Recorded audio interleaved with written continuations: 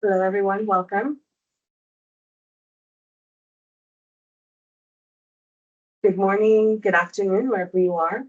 Thank you for joining us again on our final session, our fifth session of the webinar series on adaptation reporting under the Enhanced Transparency Framework of the Paris Agreement.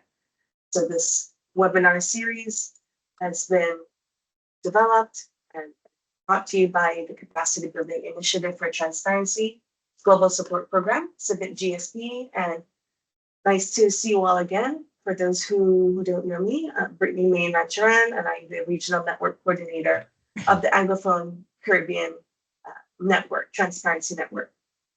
So thank you everyone for joining again. And also today we have a special agenda. We'll be looking at the global experience sharing and lesson learned in terms of adaptation reporting and bringing to you best practices from different perspectives. So from developed country perspective, as well as developing and a global perspective in terms of adaptation best practices. And today I'm very happy to welcome two special guests. We have Mr. Orville Bree. He's the head of the Secretariat of the NAP Global Network and hosted at the International Institute for Sustainable Development. And we also have with us Senior International Policy Officer, Rick Den Hout, of the Ministry of Infrastructure and Water Management of the Netherlands. So these are two guests that we'll be hearing from our global experience sharing. And as usual, for the rest of for those colleagues who have been joining us from the start, we have our resident adaptation expert, Slajana Bondalo, who is the regional network coordinator. The regional network coordinator of the Eurasia CIBIT GSP Transparency Network. Before we go any further, I'd like to also welcome the Senior Transparency Officer and Senior Advisor of the CIBIT GSP Global Project, Ms. Katsiwe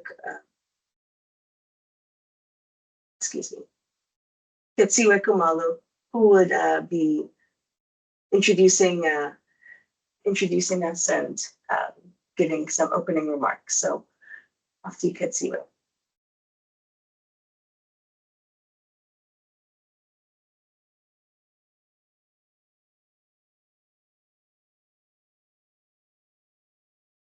Thank you, Brittany. I hope you can hear me. Yes, you can. Thank you very much, Brittany, and thank you very much, colleagues, for being with us here today.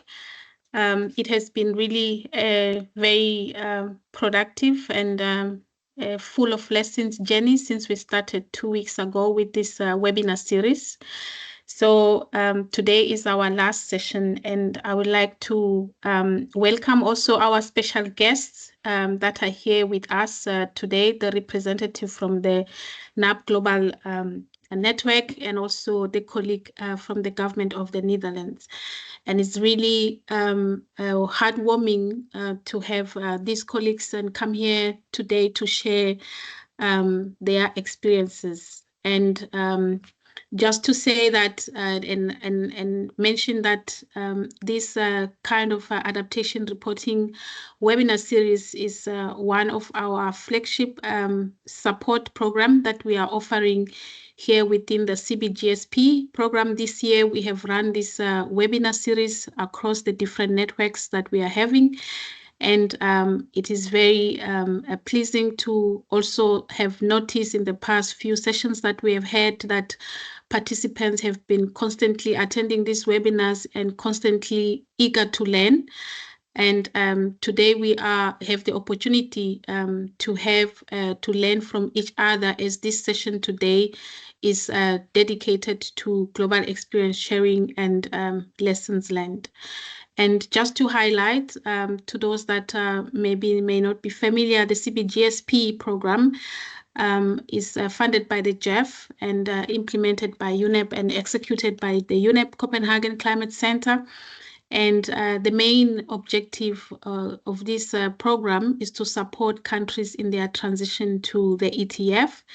And it has really been an absolute pleasure to work with different countries in preparation of their first BTR, and also understanding firsthand the real challenges that countries face when it comes to climate transparency, but also noting that this process is a learning by doing process, and there's really scope to learn over time, and we are here to work with the countries in this journey and ensure that the journey is really worthwhile, and support countries where we can. So we have Transparency Network and the network coordinators, who are our frontline support experts for these countries. And we have regional trainings and also in-country support based on specific needs from countries. And this is what we actually pride ourselves in terms of making sure that the training that we offer to countries is tailor-made to the specific needs of the countries. And we have also now the Climate Transparency Platform, which is a one-stop shop for transparency, where we are showcasing progress that countries have made in the area of transparency, and also where we are convening as experts through the community of practice to support countries where they might have needs through a question and answer sessions that we offer there, especially on the preparation of the BTRs. And also we coordinate with other support providers in the area of transparency. So it has really been a fruitful journey over the past few years that the program has been of existence. So coming back to the session today, as I mentioned that today it's really a special sessions where we are providing the platform to share experiences and learn from each other. And we are looking forward to understand some of the challenges, success stories, and also lessons learned, and how this diverse perspective and different countries have collective wisdom and innovative approaches that they have used in terms of adaptation reporting. And as you all know that for small island states, adaptation is not only just a mere technical exercise that we have to undertake. Adaptation reporting is a very important tool for survival and also for resilience for many countries. And we know that islands are on the front line of climate change, and they are experiencing its impact first and most severely. And through robust adaptation reporting, we get to document the escalating challenges that these countries face. We also get to demonstrate the agency and effectiveness of adaptation efforts, and also build evidence for increased international support and cooperation, and share valued insights that can benefit other vulnerable nations. So it is very important to take this exercise very seriously. And when we report, we act effectively on adaptation progress. We are not just filling an obligation under the UNFCCC or the Paris Agreement. What we are doing is we are telling our stories. We are sharing innovative practices and approaches that we are doing in our countries. We are also contributing to the global knowledge in terms of climate resilience. And the experiences that are going to be shared here today will be very invaluable in helping us to strengthen our reporting practices and ultimately our adaptive capacity.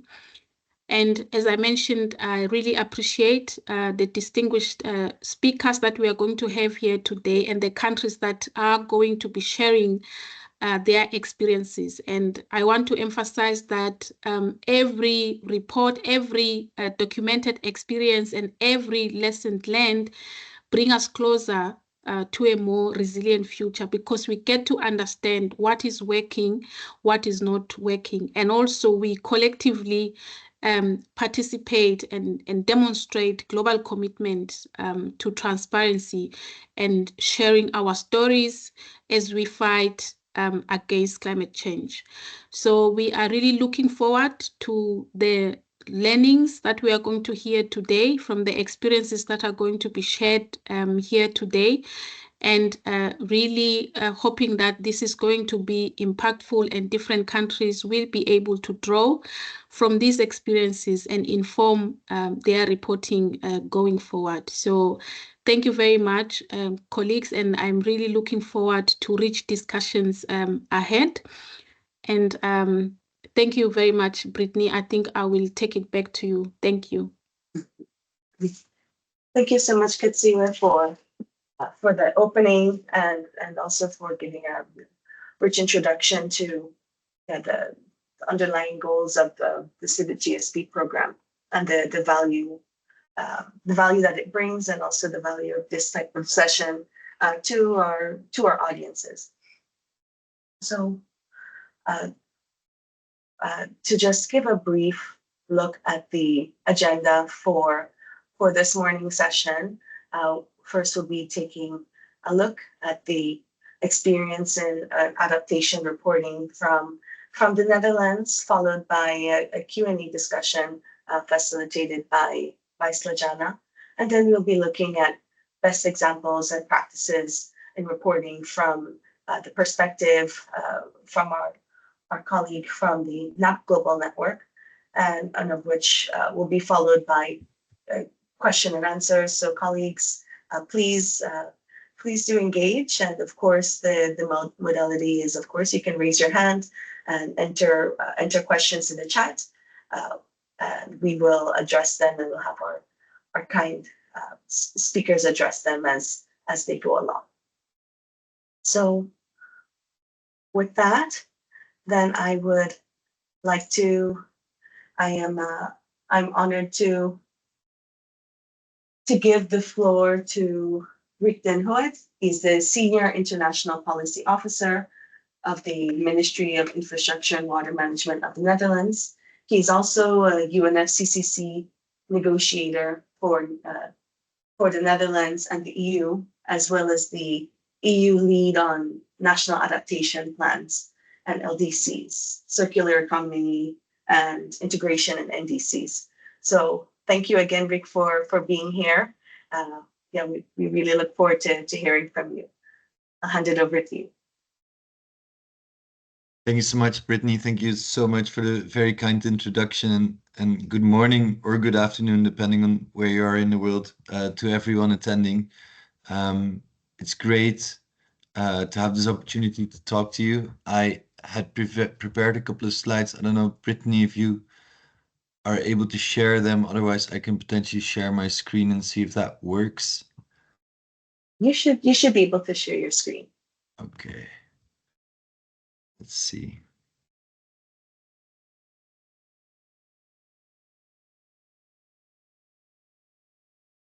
Can you confirm to me that you're seeing something right now? Confirm, full screen. Perfect. So thanks and welcome everyone. As wonderfully introduced by Brittany, I do a couple of things for the Dutch government when it comes to adaptation, and amongst other things, I was the lead author for the adaptation chapter in our biennial transparency report, which is due to come out pretty soon. I wanted to talk to you today about basically three separate issues. Well, I want to give a short introduction of what the adaptation landscape in the Netherlands looks like, how we organize the BTR. So that's a little bit looking at kind of the internal organization and stakeholder management that we did in getting this chapter ready, and then we can quickly glance over some of the outcomes of the adaptation chapter in the BTR. I'll try to keep things brief. I got a lot of slides, but I think most interesting aspect that we have in this presentation is also the opportunity to exchange views and ask questions and have a solid discussion. So when it comes to the adaptation landscape of the Netherlands, I'll quickly we'll quickly glance into where the Netherlands is situated, how the country looks like, and then how we try to capture our own adaptation challenges within strategies and programs that we have within the country.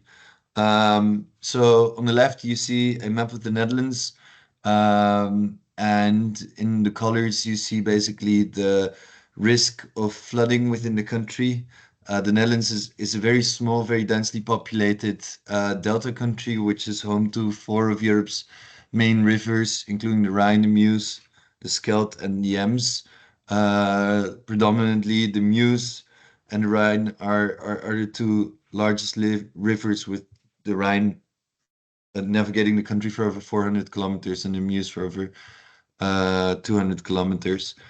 In addition to being a delta country, the Netherlands is also situated for over 30% below sea level. These are mostly the areas in the west, which are also home to the majority of the population and the majority of economic activity within the country. So about 9 million inhabitants of the Netherlands actively live in areas which are below sea level, and roughly 60% of the country is prone to flooding, either from the sea or from River Rhine flooding.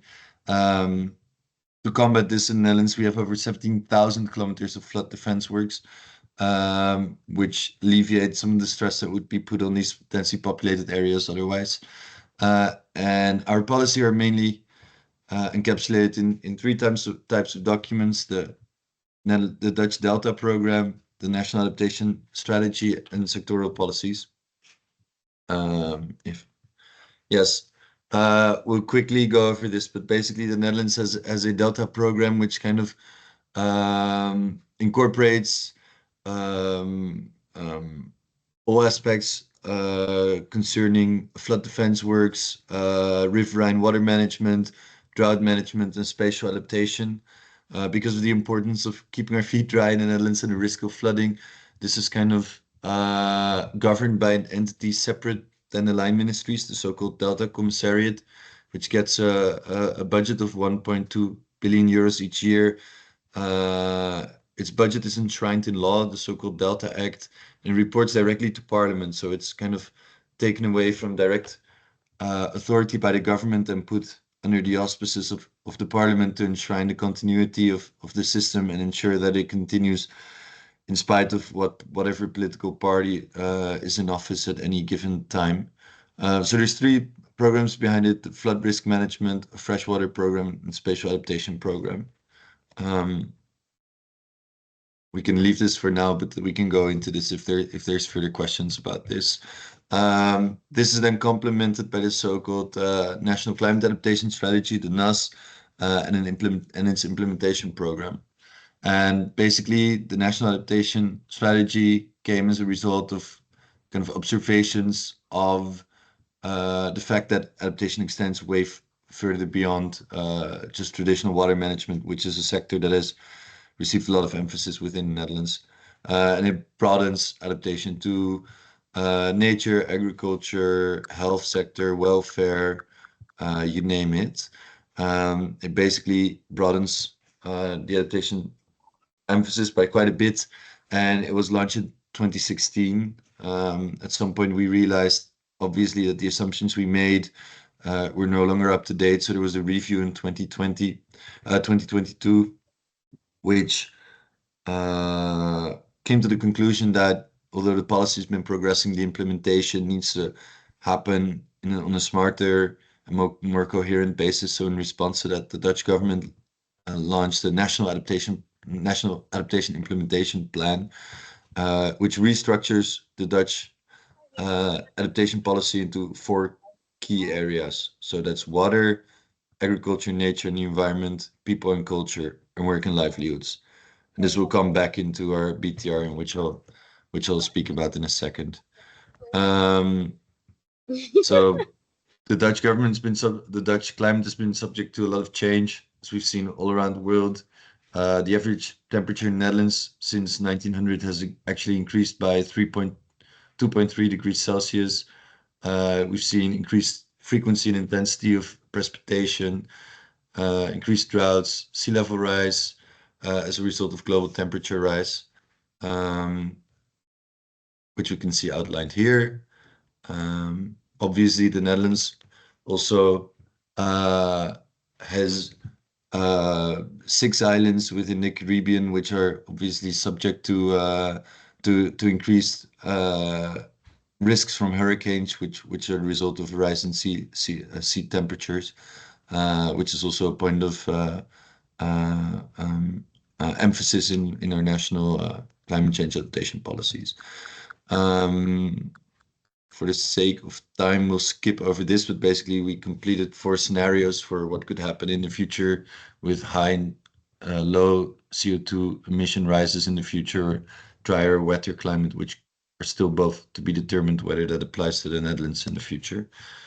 So against this background, we were to write a biennial transparency report, and within that, a significant chapter on adaptation. So in the Netherlands, adaptation is done by a large number of different ministries and government institutions, which is reflectant of the critical aspect of adaptation, that it doesn't really pertain or limit itself to one specific sector, but impacts all sectors. So within the Netherlands, there's one coordinating ministry, which is the ministry I work for, the Ministry for Infrastructure and Water Management. There's many different stakeholders, so at least 6 different national ministries have their own sectoral adaptation plans, which change from time to time depending on the circumstances.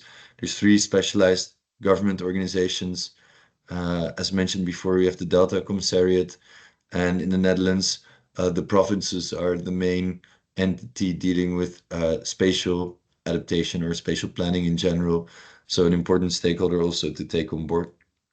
So in formulating a BTR, an adaptation chapter on it, one of the main questions was, how do we get all these relevant actors on board? So basically what we did, and then I'll come to the process, what we did is we started off with doing a large tour through all the ministries and provinces, asking them if they could make a list of what all of the work was that they do on adaptation or that has climate change impact related components, identify a focal point or a point of contact. Those points of contacts I then set up regular calls with to kind of structure the process within those ministries. So what we did to kind of streamline this process is we didn't start from scratch when it came to the BTR. So we looked at what we did in the past under adaptation reporting in other documents such as the ADCOMS, the adaptation communications, or the national communications under Paris, in which we already did some communication on adaptation, although it was in a different format. So building on those past experiences, we also introduced new concepts to the BTR, which includes, for instance, landmark outcomes from the UNFCCC climate change negotiations, such as the UE Framework on Global Climate Resilience, which obviously, for those of you that are familiar, holds various focus areas for adaptation. So we had specific focus on that. And coming back to what I said earlier about the various ministries being involved, one of the key aspects of our approach to writing this chapter is that we delegated a lot of work to the sectoral experts with regular check-in meetings to ensure that all the process was going swiftly and smoothly.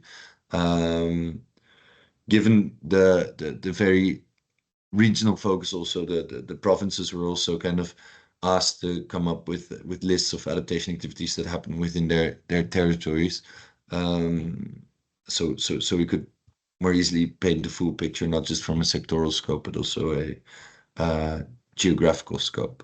And lastly, because the document turned out to be quite a lengthy document, we had pre-clearance meetings with the higher bureaucratic hierarchies within our ministries to ensure that no one would be surprised with kind of the inputs that were in the document, and kind of go into a smooth clearance process so that the document could actually be adopted without too many changes at the end of it, and all changes that were requested could be taken on board on the earlier stages of the process. So if we look at the structure here below, this is kind of the structure that's mandated from the UNFCCC to follow for the adaptation section of the biennial transparency report. It includes a section on certain national circumstances, impacts, risks, and vulnerabilities, adaptation priorities, adaptation strategies, policies, and plans and goals, which is kind of like the policy element of it, the progress of the implementation of that policy, a segment on monitoring and evaluation of adaptation action and progress, something on loss and damage, and then a last section on cooperation, good practices, and experiences learned. So our aim here was to combine kind of the guidelines that come from the UNFCCC with our own national focus on adaptation. So if we look at specifically these three, this forms really the core of our biennial transparency report. So what we did is under 3.3, so we really outlined the assessment that we did on our national adaptation strategy and the concrete recommendations that were taken on board in this implementation plan, which is, amongst other things, but importantly, this restructuring of our adaptation policy along four main categories. So in 3.4, where we set out our policies, we outlined those policies in kind of subsections based on this subdivision of adaptation policy, which in 3.5 we report on the same lines of that were reported in the national implementation plan for climate change adaptation, so that we have consistency. At the same time, it doesn't really pertain to the BTR, but it's important, I think, to communicate, is that we're also working on translating this implementation plan into English for the sake of full transparency. It will be posted hopefully later this year and otherwise early 2025 on the relevant UNFCCC websites, so that all countries can have a look at our implementation plan and also double check on how our reporting kind of links to advancements we've made in the implementation of adaptation within the Netherlands. I'll quickly go through kind of more the substance of the report, so we can have an idea of what it actually says, and then I'll hopefully leave plenty of space for questions on your end, because I'm really curious to hear what do you guys want to know more about the way we approach this and what we can learn from each other in that regard. So basically from the four sections, the first one is water. We observe various risks when it comes to water management and spatial planning. Obviously flooding, which is caused by coastal erosion, sea level rise. We have higher peak discharge in the rivers because of, for instance, the melting of glaciers in the Alps, and increased frequency of extreme precipitation. But at the same time, we're facing droughts in summer, which have as a result that there's less quality of fresh water. There's higher salination, which impacts agriculture, and limitations to inland shipping, which is really important to the Dutch economy. And lastly, also because of rising temperatures and a lot of concrete in the built environment in the Netherlands, we have increasing heat islands in cities, which have implications for public health, but we'll come to that in a bit. So for spatial planning, I already alluded to this a little bit. It is a joint responsibility of the national government and the local governments, particularly the provinces. So the national government made climate agreements with both the provinces and the Association of Municipalities to kind of really think differently about public space and how we can use, for instance, other spatial decisions, including leaving more space for nature, to kind of up our potential to deal with stress caused by climate change. And as a result of that, we're also organizing every 6 years climate stress tests, which basically test how well our spatial adaptation can cope with excess water, drought, heat, and flooding. And we'll continue to do that every 6 years and adjust our adaptation programs on that. Lastly, on the water issue, we completely changed the way we think about the built environment and spatial planning. Previously, we were really thinking about how can we ensure that the natural system is transformed in a way that it works for us and works for what we want. We've launched a new policy in which our spatial adaptation and planning decisions will in the future be governed by what is actually manageable from a water and soil perspective, which would lead to different spatial decisions, hopefully, that require less adaptation in the future, or at least are more feasible to actually also have sustained adaptation actions. Skip over the next couple of slides quite quickly, but in agriculture, generally, climate change improves the growing conditions, but we have increased pests, increased dry periods, increased salination, waterlogging, increased heat stress for livestock, and our fisheries suffer from ocean acidification. So that will probably more than offset the improvements in the growing season in terms of temperature. So what do? We also have risks to nature and biodiversity for much of the same reasons. And for heat, one thing that comes in is that the species that live in the Netherlands will be an increasingly competitive relationship with cold-loving species, as you see migration from species that used to live much further south in Europe to the north. We came up with sectoral adaptation plans for agriculture, which has a 5-pillar system for water and soil management, crop cultivation, livestock, and focuses on innovation also as a driver of adaptation. When it comes to biodiversity, we're trying to basically do two things. So that's to connect the natural reserves that we already have to increase migratory ability of species. And within urban areas, we're trying to increase green spaces, which will hopefully have positive impacts for biodiversity, but at the same time also help as a buffer for increasing heat stress in the summer, but also a buffer for waterlogging in winter when we get a lot of rainfall in the Netherlands. So here you see an example of that in Rotterdam. When it comes to people and culture, there's a lot of focus on health. Increasing heat resilience is promoted in cities. We are faced also with increased vector-borne diseases that kind of migrate upwards because the general temperature is increasing. We're working on a national plan to combat skin cancer because of the increasing amount of sunny days and the general population of the Netherlands not being so used to that. We expect a prevalence in skin cancer in the next 20 years, so we're working on a national plan against that. And we're working, and this is very important, to make the health sector more resilient towards the negative impacts of climate change, including disasters. So we're stress testing our hospitals for floods, for extreme weather events due to climate change to ensure that our health system continues to function even in adverse conditions. Lastly, when it comes to work and livelihoods, we see increased flooding of facilities and roads, changing groundwater levels, which leads to either land subsidence or uplifting of tunnels, erosion, increased traffic congestion, which leads to less road safety, and decreased navigation of inland shipping. So also here we've worked on a climate atlas, which basically maps what happens and what is potentially to happen in the next 20 years. We're trying to map the potential effects and prepare for that.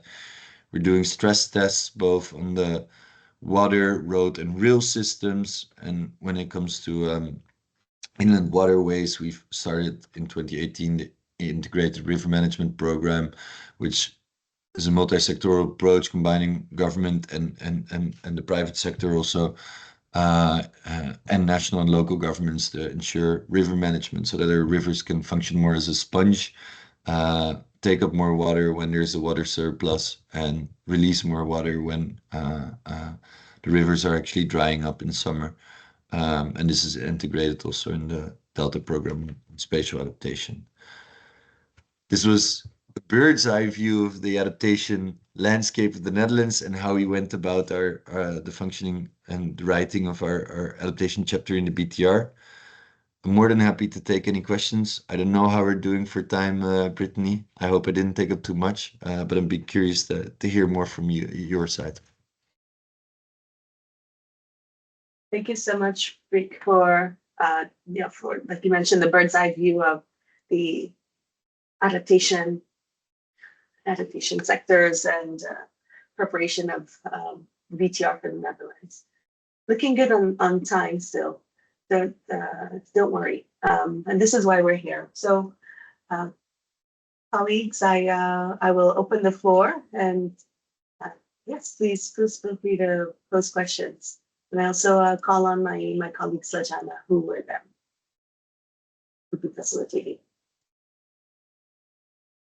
Thank you very much, Rick. Thank you, Megan. Yes, Rick, I guess that I should go through your slides once again to capture everything what you said. So it seems everything very, very much advanced. So I'm very glad for having you today with us, since we are all learning from your example, actually. Yeah, thank you very much. You've shared really great examples of activities within the adaptation process in Netherlands. And as you mentioned here, there are 3 policy directions, I would say, in your adaptation, which is Delta program, national adaptation strategy, and sectoral policies. You are focusing at the national level, but also at the regional and sectoral level. So, which is very comprehensive, and also pretty much focused to the water sector, which is really, very much understandable, since, as you said, you have 9 million people under flood risk or in the flood-prone areas, so which is really, really huge. So you have a lot of work to do in that context, but also, as you said, you have broadened this water issue within your national adaptation strategy, including all and giving necessary attention to all other sectors affected by negative impacts of the climate change. So I guess that's also national adaptation strategy is one of the core documents in regards of your adaptation process. Also, what I've captured is that you have a good observation system for observing of the observed climate change impact, and also for the projections which has been made by your Royal Meteorological Institute, but also you mentioned that a large number of the institutions and institutes, scientific institutes, expert institutes, are included in your adaptation process. In one hand, in the planning, data collection, etc., but also in the implementation of different adaptation policies, measures, and actions. And at the end, also, you have introduced us, as I remember, with some risks and challenges within different sectors. I guess that these are the most vulnerable sectors within your country. So it was a lot of information that you have provided, and I probably missed something. Before I pose some questions, I think really that we should give priority to our participants from the Caribbean, country representatives from the Caribbean region to ask you the questions. So please unmute your microphone, and you have opportunity now to really hear and experts from the country that I would say have a great experience in adaptation process. So please, the floor is yours. You can pose your questions now. Or also just to know that you can put questions in the chat box too.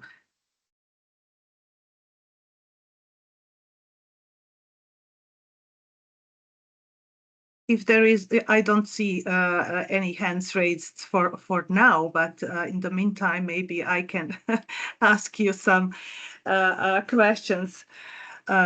Since you said that this adaptation process in the Netherlands is supported by the many institutional, state institutional, regional institutions, etc. There is lots of players in this. So also you mentioned the ministry, which is the main coordination institution for the process. But all in all, how do you manage all this from the planning stage to data flows, etc.? Can you explain a bit in details? Yes, thank you so much. And also thanks for what I think was an excellent summary of a presentation, which I realize is extremely information dense. I think that's an excellent question.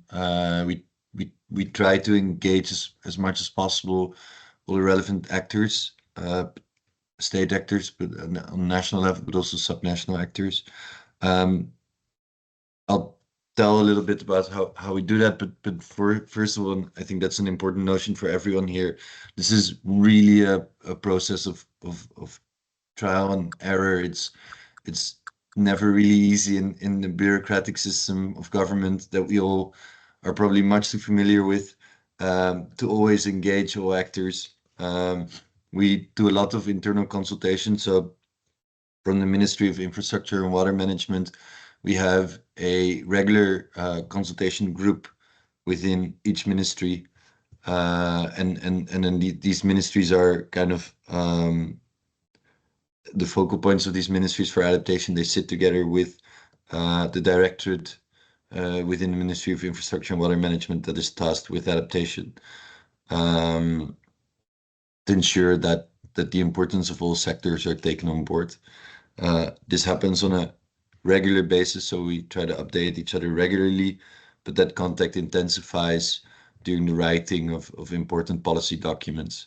So importantly, we just had the implementation program for adaptation within the Netherlands, which saw all the relevant ministries taking part in the writing. Luckily, I think that's very important, because adaptation much too often remains something which is siloed, and we just simply cannot afford it, because climate change impacts all sectors to various degrees, yes, but it happens to all sectors in the end. So that's, I guess, still the easy part of the question. How do you communicate within the central government? But then communicating also with subnational actors sometimes can be a bit more tricky. Good information flow, I think, from the national government to municipalities is key, and this is where, for instance, our Delta program comes in, because this program is kind of detached from the normal structure of government with ministries, municipalities, and provinces. It cuts across, so it makes a plan. The plan is updated every year, the Delta plan, and in doing so, it coordinates with the Association of Municipalities, on behalf of the municipalities, the Association of Provinces within the Netherlands, and the various ministries. And then what it does is, per separate issue of the Delta program, it brings out a report with recommendations, and it recommends those directly to Parliament. I think one of the added benefits of that is, as also alluded to in the presentation, that ensures the consistency of this program. It also ensures their administrative freedom, so to say. They don't report to one of the ministries, so they can be critical. They can be critical of all the work we do. because they don't really fall under ministerial authority, but directly under the authority of Parliament, which I think in this one is really important. But having said that, there's a lot that we can still learn, and there's a lot of challenges also in this communication that always pop up when we have these discussions, and also in writing this BTR. It was not always easy to track the right people, but that's a problem that we all struggle with when we try to mainstream adaptation as much as possible within our governments. Thank you very much for this answer. Also, my next question is very much. Yeah. So sorry, excuse me. I just wanted to let you know that we have a question from one of the participants in the chat. So I just can you read it, because I can see just your question. Sure. So it is how does the Netherlands engage local communities in the adaptation reporting process, especially in monitoring and data collection? I think you mentioned some of monitoring and data collection in your previous response. And then the follow-up question is, what lessons could be applicable to small island communities where local knowledge is essential for understanding vulnerabilities? I think also a very excellent question. Thanks. I cannot see who asked this, but thanks so much for the question. Very applicable also to our constitutional setup, where there are 6 Caribbean islands that fall within the Kingdom of the Netherlands, 3 of which also fall under the authority of the Netherlands government in The Hague. So it's really important for us also to interact with these islands, also specifically because they are faced with such different climate change impacts than we are here in The Hague. You can see me wearing a warm sweater because it's pretty cold outside, but I don't think the same applies to the people of Sint Eustatius or Saba or Bonaire, for that matter. It's very important. We have what we try to do is we try to combine the more large-scale data processes that we have under the Royal Meteorological Institute, KNMI, in the Netherlands, which kind of derives figures from long-standing research, from global satellite projects, and combine them together with the experiences of the municipalities within those islands. What is still a challenge here is that in small islands, I think it is very important to mobilize those communities, but it's often difficult because you're working on such a small scale to get the right resources in. This is something also that we're working on. It's something that's also within the Netherlands, something that's been progressing slowly but steadily, but only over the past couple of years. It was a perspective that was a bit forgotten previously. I know there is a study going on specifically on the impacts of climate change to the areas of the Dutch Caribbean, where these islands are also cooperating directly with the KNMI. I am not part of that data collection unit of them, so I don't know much more than I do know from the more general policy level. But that's what I can add to this discussion for now. Yeah.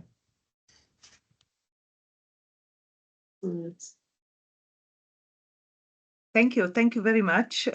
I saw that there is a question from Katsive, but I cannot read it. Can you do it, Megan? Yeah, I think that's the same question that I put in that I proposed.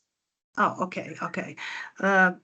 If there is, I don't see hands raised now, so I would like also to ask one question. As you said, if I understood good, within your BTR now, you are already prepared 3 chapters to report on adaptation, like adaptation priorities and barriers, adaptation strategies, policies and plans, and progress made on adaptation. Do you plan to report on loss and damage? Yes, sorry if my presentation caused any confusion. We reported under all of those headings, which are requested under the BTR. I just wanted to highlight those because they relate most directly to our national adaptation policy. We also reported on under loss and damage, which is an important aspect, obviously, of climate change policy. It is also the thinking of it about it in the Netherlands is relatively new, so it's not as elaborate as the other sections. What we do elaborate about is some extreme weather events that have occurred in the Netherlands, also in Western Europe. In 2021, there was a massive rainstorm which lasted a couple of days, which caused a lot of damage within the Netherlands, but also took the lives of I think it was 250 people in Germany and a couple of 10 or 20 people in Belgium. This has severe implications also for us when it comes to loss and damage. I mean, the economic damages within this region amounted up to, I think, 5 or 6 billion euros. It's also particularly a region because it's a little bit hilly. It's very ill-suited for adaptation to riverine flooding. So we're working on a loss and damage strategy there for the region specifically, but also thinking about strategies to increase the risk preparedness of our citizens, not just there, but in all of the country. Precipitation, heavy precipitation of that kind is unseen before within the Northwestern Europe region. It's something that we have to prepare for, and we have to ensure that our citizens know what to do in such a case when it occurs. We've done studies that also show that this could also happen in dense population centers over Amsterdam and Rotterdam. And if you follow those models, then both the economic but also the damage to human lives would be much more significant. So we're really working also particularly on this risk reduction part of the kind of adaptation, loss and damage spectrum, and we're reporting on that a little in our BTR. I saw there was another question also from Katsiwe, if I pronounce it correctly, I hope I do, on how often the Netherlands evaluates its adaptation measures and what triggers the reassessment. So for the sectoral plans, that's really up to the specific policies of a given ministry, of a given sectoral ministry. Of the overall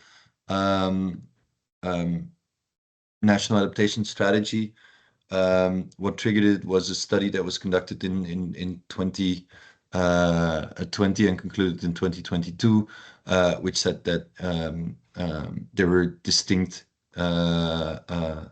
gaps within the Dutch adaptation policy. And as a result of that, we formulated the National Implementation Plan for Climate Change Adaptation,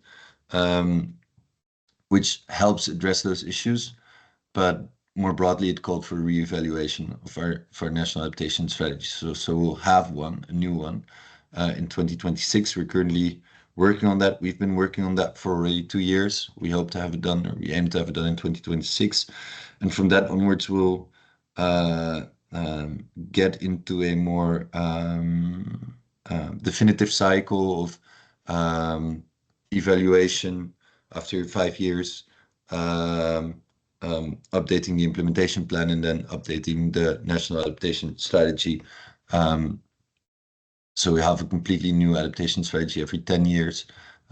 We have an update every 5 years. So we ensure that our adaptation policies are also up to date and kind of evolving as we start to know more about climate change. There's a lot of gaps in our knowledge as well. Something that's come up in the last couple of years, it's drought. A country like mine, where there's so many rivers flowing through and so much precipitation for most of the year, was never thought of having to struggle with droughts. And in the last couple of years, one of the policy revelations that we've had is all of our adaptation was always geared to getting the water out of the country as quickly as possible, to sea as quickly as possible. But we increasingly get periods in summer where there's months and months on end without rain. Our systems are not geared for that because our systems depend on almost continuous rainfall. So we'll have to adapt to a system that can get rid of the water when it's necessary, but that can also maintain certain levels of fresh water to sustain agriculture and even just normal freshwater flows for sanitation and drink water throughout summer. So we're trying to, in our new adaptation program, trying to restructure our efforts a little bit more so the country and specifically nature can also function as a sponge, take on water when there's a surplus, retain it, and when the water levels are low because of prolonged drought, it can release it again. But this is just one example I want to use this to show that adaptation is a bit of a learning by doing exercise. That's why these transparency frameworks are so necessary, because they force us to kind of think about what we're doing, and therefore also allow for improvements to happen over time. Thank you. Thank you very much. Any questions from the audience?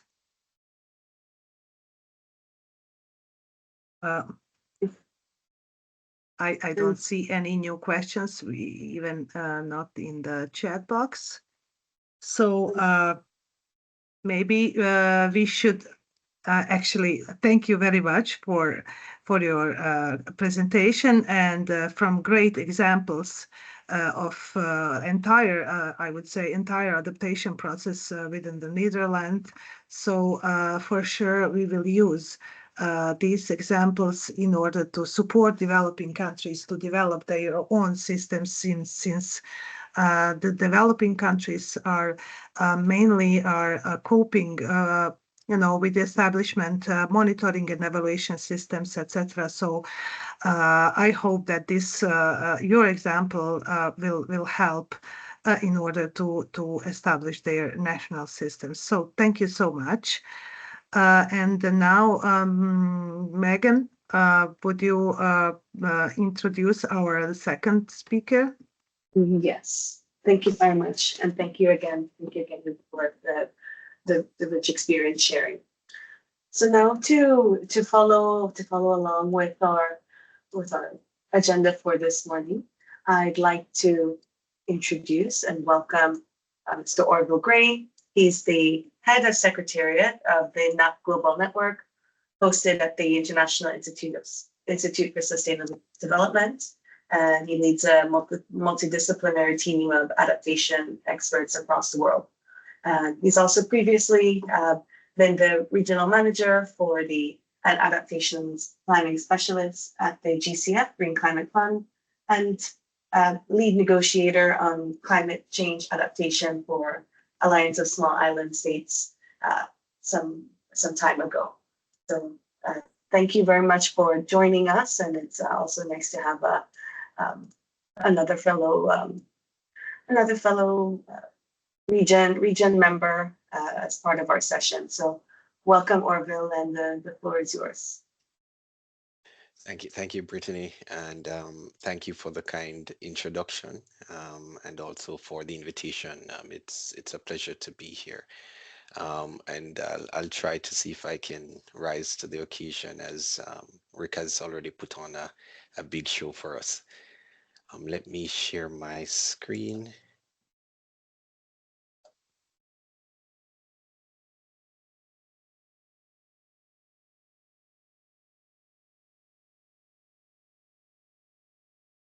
Let me know if you can see it in presentation mode. I see it in presentation mode. Great, thanks. So again, thanks everyone.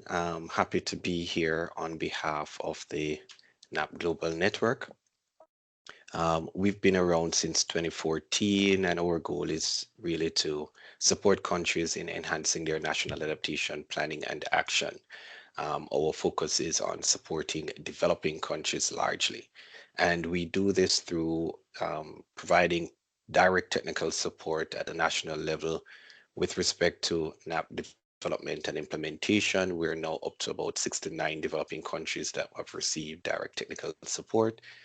And beyond that, our second pillar of support is in respect of South-South peer learning and exchange. Here we have engaged over 600 people from more than 70 countries in dedicated peer learning and exchange forums. Beyond that, we generate, synthesize, and share knowledge on NAP processes. So far, over 300 knowledge materials have been produced. And we're happy to be able to speak to the fact that we are still on a dedicated organization focusing on the NAP process. So the NAP process for us is, we consider this as putting adaptation at the heart of decision making. So it's very critical for us. I'm sharing here our NAP wheel, which I'm sure many of the stakeholders have already seen. But just highlighting the fact that, the NAP process is country driven and country owned. As Rick mentioned, looking at what's happening in the Netherlands, but the same in our developing countries and SIDS in part as well, is that there's a lot of differences. No two SIDS are the same. There may be similar challenges, but they do have to adapt to the changing climate in a different way based on their own national circumstances. For us, the process is non-prescriptive. So again, the guidelines as laid out by the least expert group of the UNFCCC has made it quite clear in this regard. And beyond that, we try to identify and address medium and long-term priorities for adapting to climate change by helping countries to assess the risk, identify and prioritize options, implement options, track, measure, and learn as we go in terms of progress. And this, of course, is very important as it feeds directly into the reporting process on adaptation.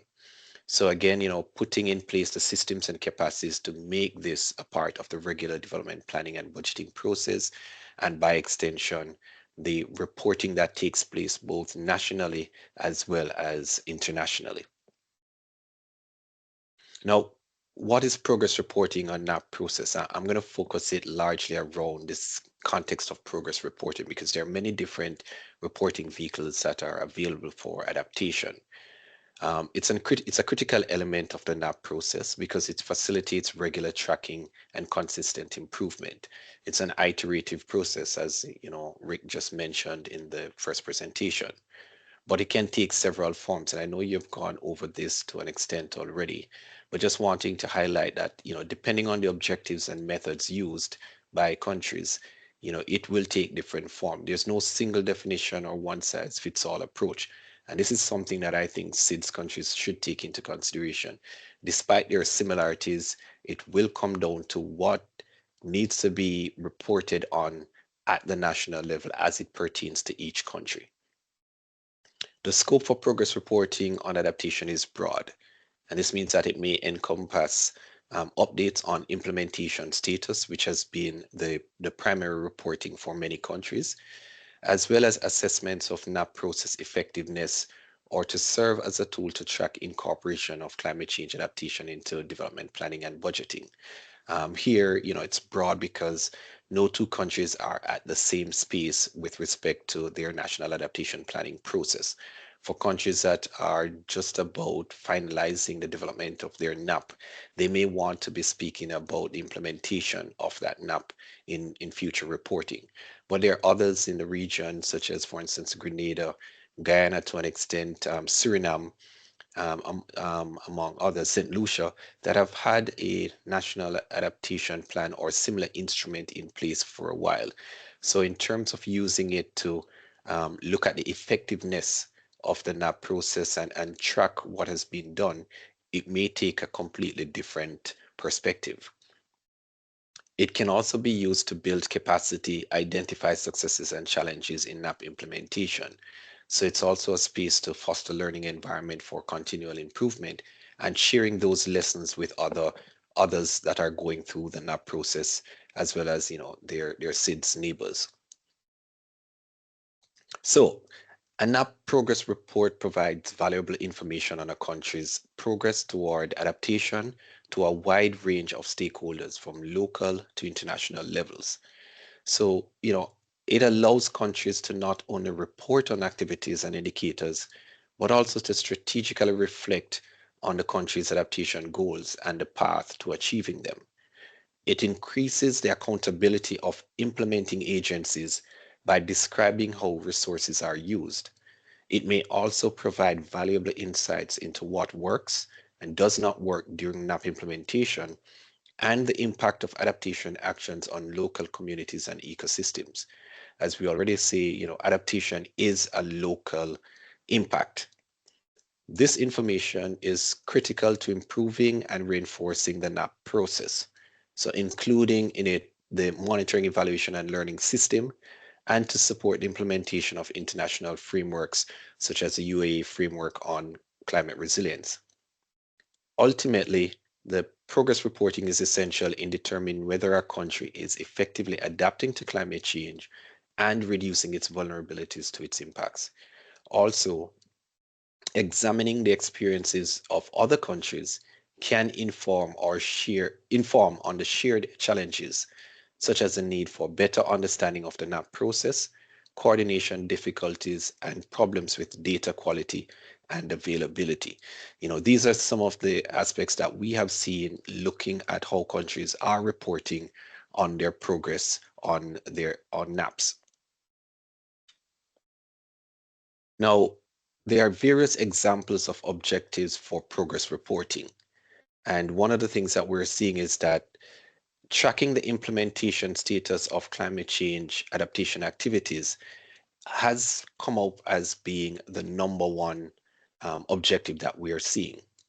So progress reporting can strengthen the NAP process and its implementation by informing decision-making, increasing accountability and transparency, and sharing and communicating information.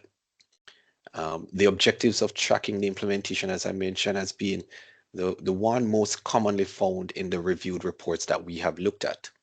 And this highlights the need for countries to inform the various stakeholders of the progress made on the implementation of their NAP, both at a national and subnational level. However, it also speaks to the complexity of conducting a proper evaluation of the NAP process. And we just heard about some of these aspects, even with developed countries such as the Netherlands.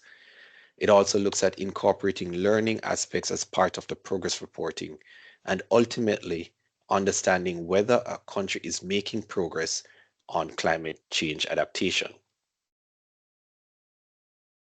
Now, there are different methods used by countries for progress reporting. And even within SIDS, we have seen quite a variation here as well. So while most progress reporting include tracking from monitoring data, they increasingly include evaluative assessments too. So progress reporting can include both monitoring and evaluation elements. And a lot of actors or people equate reporting to monitoring only.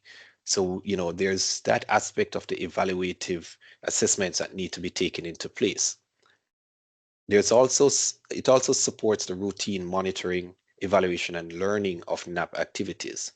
So assessing the effectiveness of NAP process and tracking how climate change adaptation is being integrated into development planning and budgeting at all levels is something that's very important, especially where countries, even SIDS, have both national and subnational governments that dictate what happens in particular regions. So, as I said, there are a number of different methodologies that countries have been using to report on this progress. Now, here are three experiences of SIDS. Again, there's no singular process for deciding on adaptation commitments, nor how these are monitored and evaluated, nor how learning in these systems should be reflected. We look at what Haiti has done. They have reviewed their policies and plans on climate action. They have focused on adaptation efforts critical for building resilience, eradicating poverty, and promoting gender equality. And there's also a focus on adaptation priorities and implementation goals in their priority sectors. So this has been how Haiti has gone about trying to report on their progress and thereby look at what they're doing with respect to adaptation and the NAP process at large. St. Lucia, on the other hand, has gone in and reviewed, their review has highlighted the accomplishments on adaptation and progress on integrating cross-cutting considerations, such as gender responsive and youth-related adaptation projects. The gender responsive and youth-related aspects are two areas that we have seen that still needs to be taken up more significantly in the NAP process across countries and also in terms of how they're reporting on the progress made. If you look at this graphic on the right, this one sort of gives an indication of how Grenada is looking at reporting on their progress. So for instance, they have a complexity weight adjusted in implementation status of different measures that they are looking at, and they are looking to see, okay, how have these been implemented? Have they started? Are they partially completed? Are they already completed, or is it that there's not enough information for them to make an assessment? So this provides, credible information at that juncture to help them as they move to update and revise their national adaptation plan, which they're currently doing. So no two NAP teams are alike, not in terms of size or the level of their experience, nor are their stories identical. So this is also something that we have to take into consideration, even as SIDS. In terms of looking at two other LDCs, so that SIDS have a more broader perspective of what's happening in other regions and other countries. Looking at Liberia, for instance, they reviewed key messages from their NAP and improved communication with international community and national stakeholders.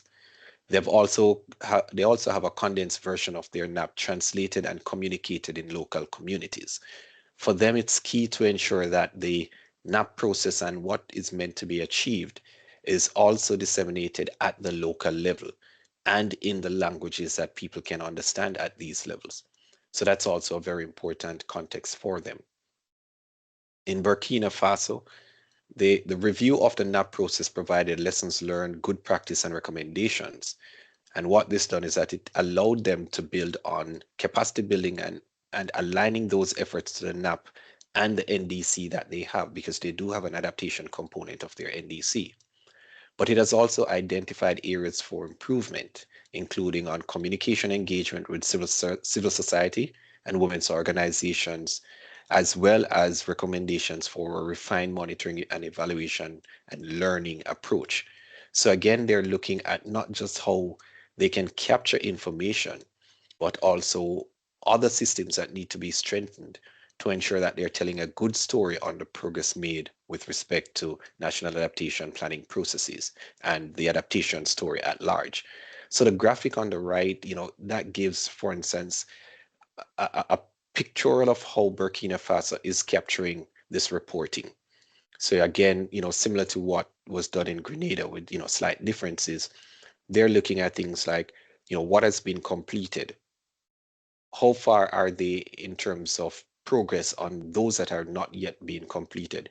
But what aspects have not yet started?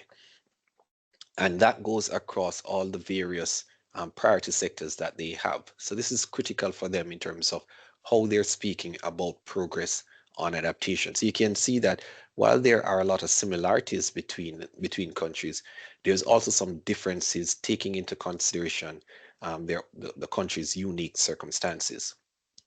Looking at another country in the Latin American Caribbean region, Brazil, they have taken a more sectoral approach. So it's an effective way to assess progress on the NAP, and it's used in a narrative format here that highlights the achievements and challenges encountered. But this requires a dedicated reporting lead for each sector with knowledge of the implementation efforts conducted during the reporting period, which may be a challenge for some of the smaller island states. So again, something to consider. But what it does for Brazil is that it highlights the achievements and challenges in a different format. It's more output based, and the bullet point approach ensures that it's easy to share, read, and understand for the audience that they are choosing to share the information with. but it's also a good basis for assessing learning over time. The various reporting opportunities, as I mentioned earlier, we have the biennial transparency report, which is every 2 years with exceptions for both SIDS and LDCs. And this report includes a voluntary section on adaptation. There's also the adaptation communications. A lot of SIDS have chosen to develop adaptation communications. So it allows countries to share their adaptation priorities, efforts, and needs while enhancing the visibility of adaptation actions, balancing those with mitigation. This has been what we've seen as the primary course of action for SIDS. But pretty much every country has done and is still doing national communications. These are reported every 4 years, and these reports connect various adaptation reporting tools. Now, we do have a bit of knowledge product that speaks to how countries can look at these various reporting instruments and, reduce the reporting burden by finding good ways to report on adaptation without, increasing the challenge on reporting. So there are 3 ways that I'd like to identify where there's a possibility of ensuring coherence and complementarity between the reporting instruments. 1, aligning monitoring, evaluation, and learning systems with international frameworks such as the SDGs, Sendai framework, or the Global Biodiversity Framework. Given the variety of reporting instruments, we need to ask a question, what are the opportunities here in terms of coherence and complementarity? What benefits and opportunities could be gained by countries that report on adaptation in a timely and transparent manner? By aligning the MEL systems, countries can optimize their reports, reduce their administrative burdens, especially for resource-constrained governments. As you can see from the graphic here, there are a number of different climate-related agendas that countries have articulated in their NAPs. And it means, therefore, aligning across these is going to be very essential and important for reporting on progress made in adaptation. Combining biennial transparency reports and the national communications when these 2 reports overlap is also a good opportunity. This process, starting in 2026 for some countries and repeated every 4 years, will allow countries to submit these reports jointly, simplifying the reporting obligations under the UNFCCC. So, again, just pulling out a little teaser here from the work that we did. This is just highlighting, for instance, how countries can do a joint BTR national communication reporting, noting that there are opportunities to be gained here, especially for SIDS that may be capacity constrained. Now, there's also the opportunity to integrate adaptation communications with BTRs by including an adaptation chapter in the BTR or submitting an adaptation BTR. So by doing this, the outcomes, as I mentioned, they summarize countries' priorities, efforts, needs, and lessons learned on adaptation and can be submitted independently or integrated. What this does is that it gives an opportunity for feeding this work into the global stocktake, which is a key source of information to assess the overall collective progress made in achieving the long-term goals of the Paris Agreement. So another opportunity for SIDS in particular to look at what they've already done in terms of their adaptation communications and look to see whether or not there are opportunities here for them to report on adaptation through either an adaptation chapter in the BTR or submitting an adaptation BTR as appropriate. Now, there are benefits and opportunities of transparent and timely adaptation reporting. 1, it demonstrates a country's accountability and progress, facilitating access to international climate finance, technical assistance, capacity building programs, and others. It gives an opportunity to provide up-to-date data on their adaptation progress. Continuous feedback loops, which ensures that adaptation strategies remain relevant and responsive to the evolving climate challenges. As Rick outlined in his report, in the Netherlands, they do climate stress stock taking every 6 years. The reporting on adaptation and embedding this into the NAP process gives countries an opportunity to find those windows of opportunity to figure out what is happening on the ground, what actions need to be taken, and how to report this so that they can get the necessary resources that are required and or technical assistance to support building resilience in countries. But beyond that, it can also show how SIDS are contributing to global assessments such as a global stocktake. And by virtue of doing that, highlight the country's leadership roles in international climate dialogues, noting that SIDS are a big voice in the UNFCCC process. So if SIDS are reporting on adaptation and finding ways to articulate what they're doing, but also where they need support, that will go a far way. And, as SIDS championing building resilience, then it will also show that, the most vulnerable, if they are in a position to do well with the resources that they have, that, providing additional support could only help them to go even further, noting that they are considered to be on the front lines of the climate challenge that we're seeing. We do have a number of tools and resources that we have available that you can tap into on our website.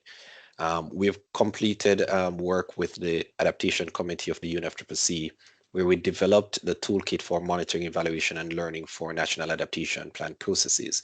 Beyond that, we do have the report on progress in National Adaptation Plan, for which I've provided a bit of summary here in this presentation. So there are quite a number of resources out there by us and others that I believe SIDS can take advantage of to strengthen their reporting on adaptation. Just some points to note as I wrap up. Reporting is essential to drive evidence-based decisions at the national and local levels. So countries must consider their context and needs first before embarking in this process. By making progress reporting a priority, countries can support the effectiveness of their NAPs in reducing their vulnerabilities to the impacts of climate change. Countries are still behind on implementing gender equality and social inclusion considerations. And through the reporting, this is one way to strengthen that. Making space for vulnerable voices that is vital as countries try to avoid maladaptation. Strengthening national MEL systems ahead of the adaptation BTR in 2026 is crucial to get the much needed evidence on adaptation adequacy and effectiveness, which is important to provide the support that's going to be required by SIDS. We know that there's a challenge in terms of finance and adaptation finance, and how to not just only prepare the documentation to highlight the need, but also to access that finance. Reporting on adaptation will be one area in which SIDS can further strengthen that conversation. The second global stocktake, which starts in 2026, will be an opportunity to inform the UAE framework for global climate resilience based on countries' reporting. It is vital that SIDS reporting becomes a big portion of that uptake, because understanding where SIDS are and their challenges will be important, but also understanding the progress that has been made in SIDS in adapting to climate change is also going to be a good story that needs to be told so that others can understand where countries are at, particularly SIDS. So with that, thank you, and open for questions. Excellent. Thank you. Thank you so much, Orville, for a very comprehensive overview, and also sharing the experiences from various SIDS and LDCs on what the challenges and the approaches that they've taken in reporting on in their NAPs. Extremely helpful, I believe, for those who and some in this region actually who are also underway in reporting, updating their NAPs, and in the process of putting together either their adaptation BTR or their BTR chapter for 2024 or early 2025. So I will open the floor and also hand to Slajana to facilitate. But yes, as Brittany said, the floor is open for the priority questions from the audience. So please raise your hand and open your mic.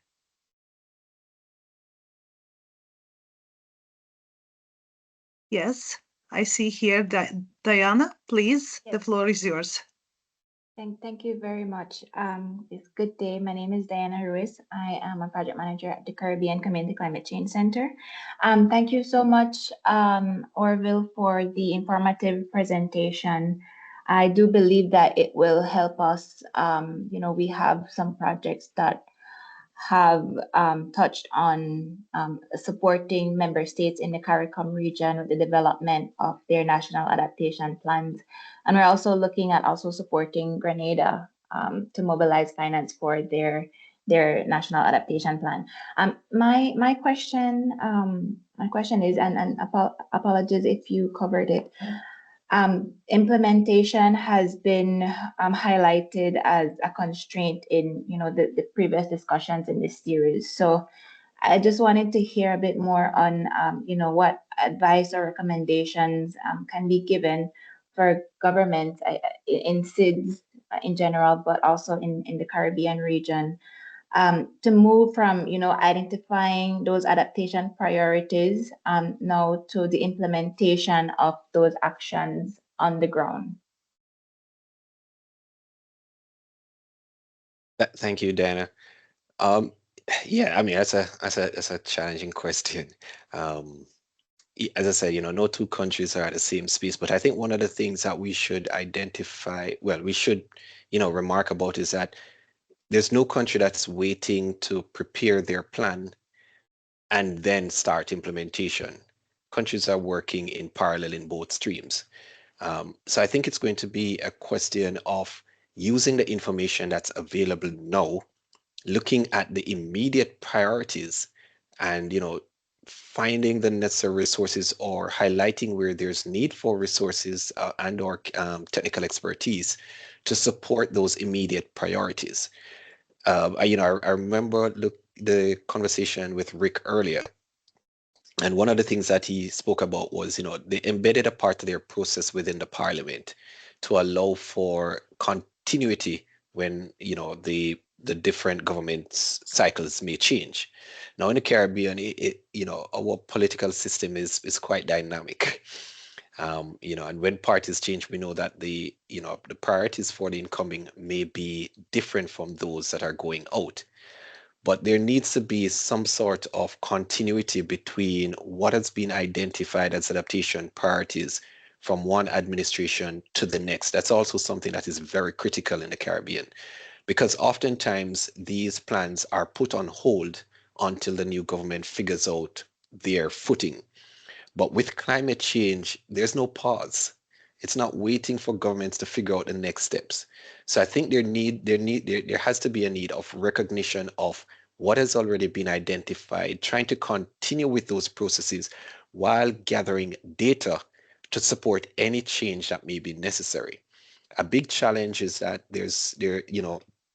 putting in place monitoring, evaluation, and learning systems is still somewhat of a void in the Caribbean.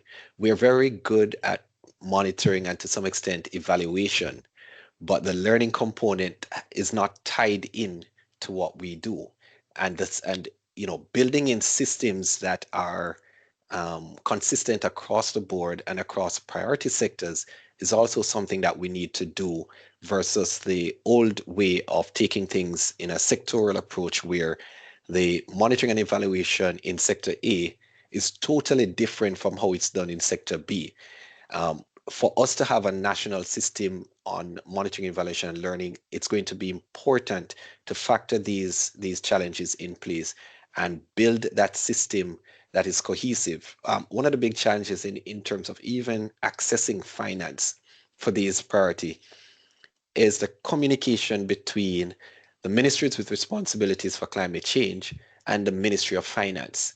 There is a big challenge in terms of the language that is spoken by each ministry.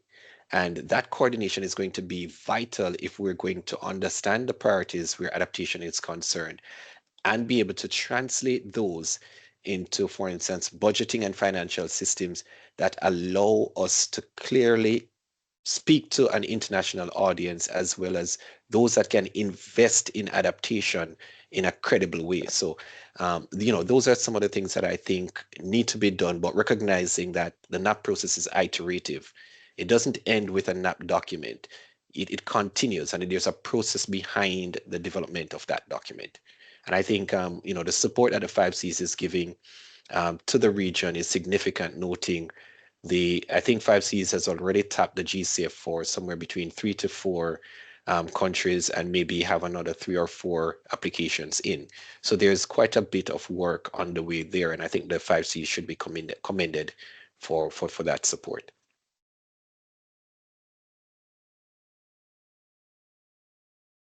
Thank you very much, Mr. Gray, on this very comprehensive answer. And also, I hope that there are some more questions from the audience.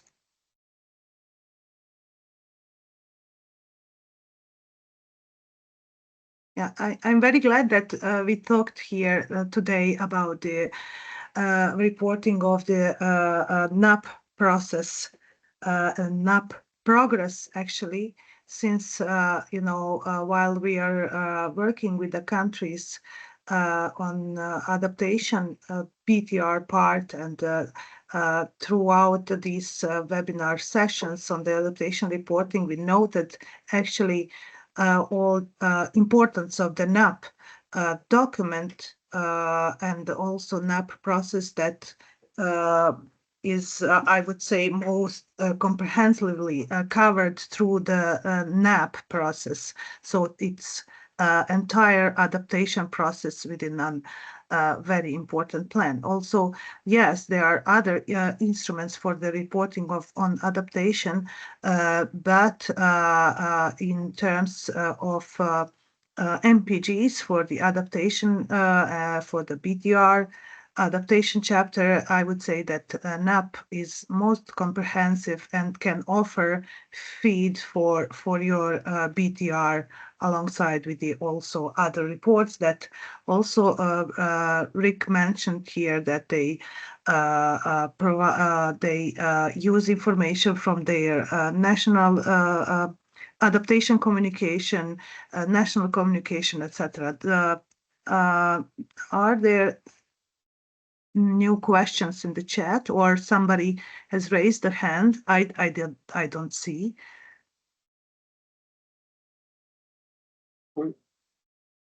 No new questions. There is no more questions. Not that I see in the chat, nor from hands. But maybe also in terms of the different communication instrument, reporting instruments for adaptation under UNFCCC. You mentioned several of those, which are very important. But from the aspect of the country, is very important how to streamline one reporting responsibilities. There is a question on that for the Mr. Rick from the Netherlands. So the question is, how does the Netherlands streamline their reporting responsibilities to reduce reporting burden for the climate-related disclosures? So I hope that Rick is still with us. Yes, of course. I wasn't gonna leave this call before I heard Orville's great presentation. As always, very good to hear. When it comes to the questions, when it comes to streamlining the reporting burdens, what we do is basically in the various reports that we do under both the UNFCCC, but also under the responsibilities we have within the climate structure of the European Union, is that we try to take as much from data from previous documentations as possible. So we try to really build on what we've already done previously, and at the same time, there's two institutions. So we have the Royal Meteorological Agency of the Netherlands, KNMI, which we've already touched on during the presentation, and also the Dutch Environmental Assessment Agency, which keeps track of swaths of climate data that we constantly use for all these reports that we publish. So there's some consistency, or there is consistency in the figures that we use. We ensure that the figures that those organizations produce are up to standards, and that helps kind of streamline the data that we also communicate outwards, because obviously various processes require us to report on various issues relating to adaptation, but also more broadly on climate change. The one thing what we want to prevent is that we communicate different figures outward when there's slightly differentiating requirements. So to have one standardized set with data to pull from is also really important. So kind of distilling that those are the two main elements. So we build on the lessons learned from our past reports. That's really the low-hanging fruit to ensure consistency within the reporting. And then the somewhat more advanced step is then to have more generalized data that we use in all of our reports under the EU, under the OECD, under the UNFCCC, to ensure consistency also in the data that we use. Thank you. Thank you I very hope that much. answers the question. Yeah, this was a question from Mr. Diop from Jamaica. I hope, Mr. Diop, that you've got your answer on your question. Any more questions?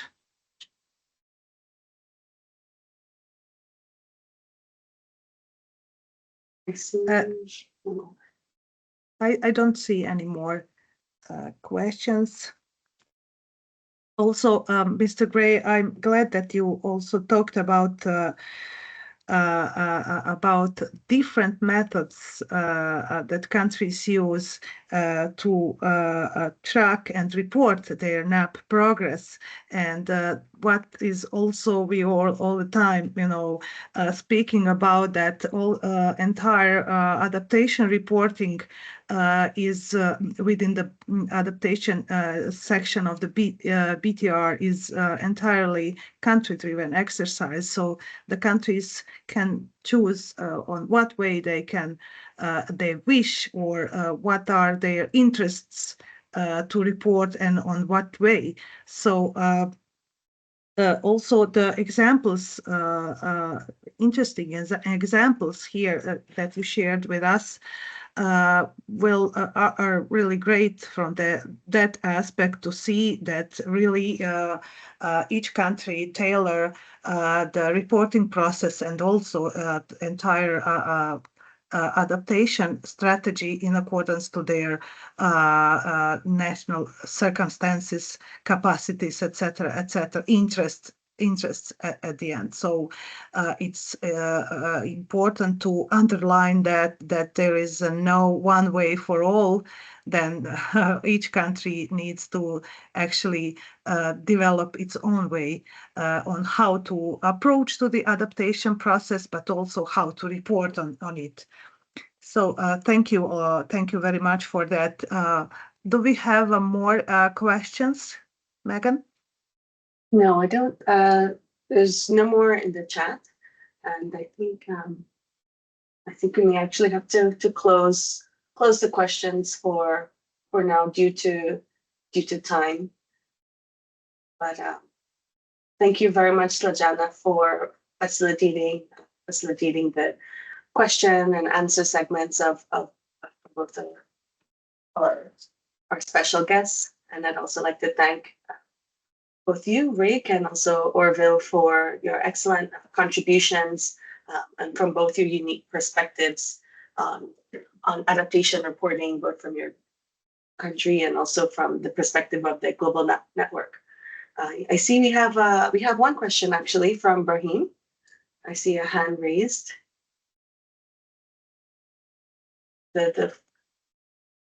Brahim, if you can go ahead. Sorry about that, ladies and gentlemen. That was a mistake. But Okay. Since I have the floor, I just want to say thank you. Great presentations from yourself, Dr. Gray and Rick. And but I really wanted to know as well, Rick, I know you said that loss and damage was new to the Netherlands, but are there any institutional arrangements or any systems in place to be able to try to capture that data going forward? Because here in the Caribbean, that is a big issue with us too as well. As I would have learned in the last webinar that Brittany and Sister Sandra would have enlightened us about. Thank you. Yes, thanks. Excellent question. We've always worked on disaster preparedness to an extent, but not so much yet on disaster preparedness due to the effects of climate change. So that's kind of the context in which it is new. Yes, we are tracking our efforts in the sense that we're tracking the measures and the effectivity of the measures that we take in being better prepared for climate-induced disasters. So the institutional measures for that are in place currently. We are working on kind of advancing our thinking on this as well. A lot of it is also a little bit complicated because a lot of the challenges that come about are due to cross-border water systems, which obviously also needs to happen in for us in accordance with cooperation agreements with our neighboring countries. But yeah, no, we are tracking that. The institutional mechanisms are in place. The Dutch Environmental Assessment Agency is also looking into this. And at the same time, we had a policy dialogue with the water boards in the Netherlands, which are kind of regional water authorities, to kind of see how we can better deal with these extreme weather events and extreme precipitation events. The outcomes of those were published last year, and they're now informing changes in policy. So it's on the one hand, yes, we are tracking what we're doing, but we're also trying to evolve our policy on that over time as we learn more and the effects of climate change on our local climate systems become more apparent over time.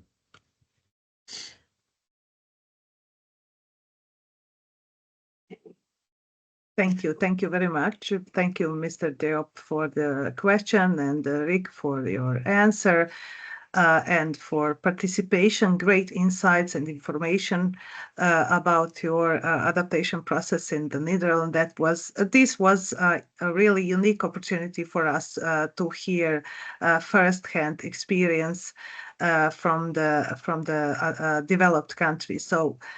Also, personally, I would like to thank to Mr. Gray for a great overview and insights of the NAP reporting and the NAP process in general. So since, as I said, we think that NAP document and the entire process is of utmost importance for the entire adaptation. So from my side, thank you very much. And now I will hand over to the Brittany. So the floor is yours. Thank you.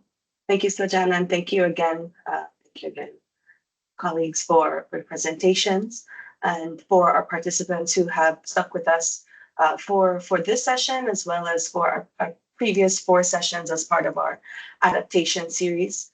Your participation and engagement means a lot to us, and we will always prioritize getting your questions answered over anything else. So as we close today, I have also shared a link to Menti to kindly give us your reviews and give us some contributions of how we can further improve and tailor our regional workshops and webinars to support your needs in your countries, as well as yes, giving potential topics for future webinars and future workshops. So it is in the chat, and I will also follow with the email so that you can provide your commentary in that way. And as promised at the beginning of the session, we are providing a certificate of participation for those who have been able to join us for all 5 sessions, 5 out of 5 sessions. And we also have some for those who have been able to join us for the majority. We really appreciate your commitment and your commitment and participation. So please check your emails within the next 2 days for your certificates of participation. And with that, I would like to say thank you again and wishing you all a excellent rest of your day. Thank you again to our special guests from the Netherlands, as well as the NAP Global Network. We couldn't facilitate this type of South-South interaction and learning without you. So thank you so much for your time and support. And to the CIBIT GSP Climate Transparency Network and all of our coordinators, Slajana, who has supported us over the past 5 sessions. Thank you again and have a great rest of your day. Take care, everyone. Thank you. Thank you. Good to see you, Orville. Same here, Eric. Same here, Briam. Thank you. Thank you so much, everyone. Thanks, colleagues. Enjoy your Bye-bye. day. Bye. Goodbye to all. Thank you for participation and have a great day.